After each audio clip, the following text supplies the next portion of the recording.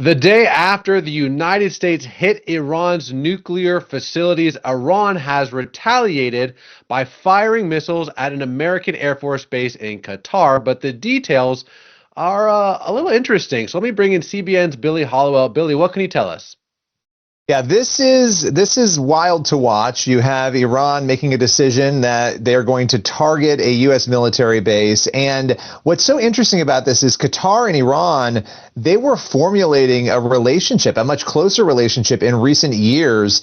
And the immediate reaction to this was Qatar reportedly shooting down these missiles. So there are no casualties reported at this point. But also saying that they reserve the right to respond to this act. And so you have these two nations that have become friends essentially and have forged a closer relationship, but this is actually threatening that. That is one piece of this. The other big part, obviously, is that Iran has made the decision that they're not going to take the advice of President Donald Trump, and they're not going to backtrack, and they're not going to calm down. They're going to continue forging on and responding. And so we do know that the U.S. government and President Trump, they expected a response. This is the response, but so far, as far as we know, no missiles have landed. They have all been intercepted. That's why I have to think that maybe this is a little symbolic. Maybe the Iranian regime is kind of saying to themselves, do we really, really want to retaliate? So the Iranian state media said, quote, Operation Fatah's blessing against the American Al Udeid base in Qatar has begun. Yet it's reported that Iran basically told Qatar and the United States, and then by doing so, Israel found out through the United States that this was happening. So it seems weirdly symbolic, like this is just a, hey, like we have to save face. Hey, this isn't, a direct, we're not trying to create mass casualties by doing this.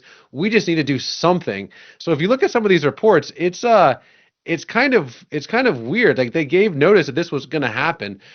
So Billy, do you think that this is simply just that? It's an effort by the regime to save face? It could be. It could be a mixture of things. I mean, if it is that, and that's actually a very interesting theory, because the reality is they could have done much more, but it's also an act of war at the same time, right? And I do think it is tricky when you're sending missiles into another country, because look, the U.S. base being there, them attempting to go after that base, you're going into the airspace of another country. And that's why I thought the most interesting part of this was Qatar saying we do reserve the right to respond to this if we so choose.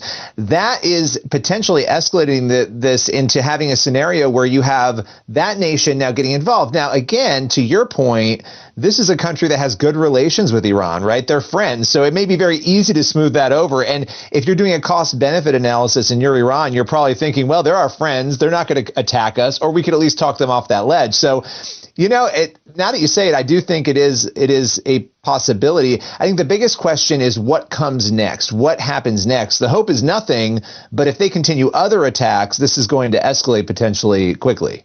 Well, that's why we wanted to come on here and just basically tell you the news that, yes, Iran has fired missiles at an American base in Qatar. What that actually means is up for debate, and that's why we actually kind of delayed going on for a little bit just to try to get more information, because it almost seems like, Iran has much larger, maybe they don't, but you would assume have larger capabilities. There was initial reports that, maybe they were firing at a U.S. base in Iraq. The United States government is saying, no, that actually didn't happen.